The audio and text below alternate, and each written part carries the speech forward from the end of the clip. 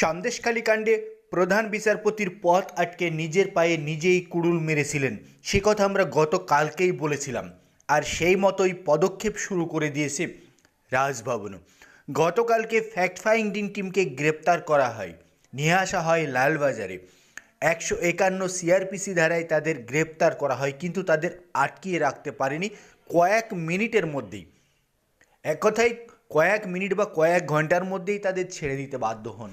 কিন্তু শেষমেশ তারা যান রাজ্যপালের কাছে গিয়ে বর্তমান পরিস্থিতি সম্পর্কে রিপোর্ট দেন তারা। সেই সঙ্গে সরাসরি রাষ্ট্রপতি শাসনের দাবি তুলেও রাজ্যপালের কাছে 6 সদস্যের স্বাক্ষরিত একটি আবেদনপত্র জমা দেওয়া হয়।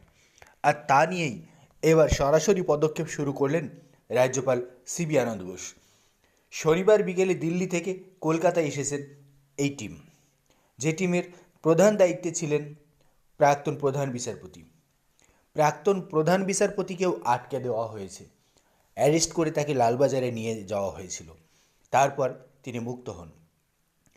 সেই বিষয়টা নিয়ে রাজ্যপাল যে ফ্যাক্ট ফাইন্ডিং টিমের চিঠি হাতে পেয়েছেন, তারপরে তিনি সরাসরি তোপ দেখেছেন সন্দেশখালীতে কোনো আইনের শাসন নেই, সাধারণ নির্দোষ মানুষ গ্রেপ্তার করা হচ্ছে।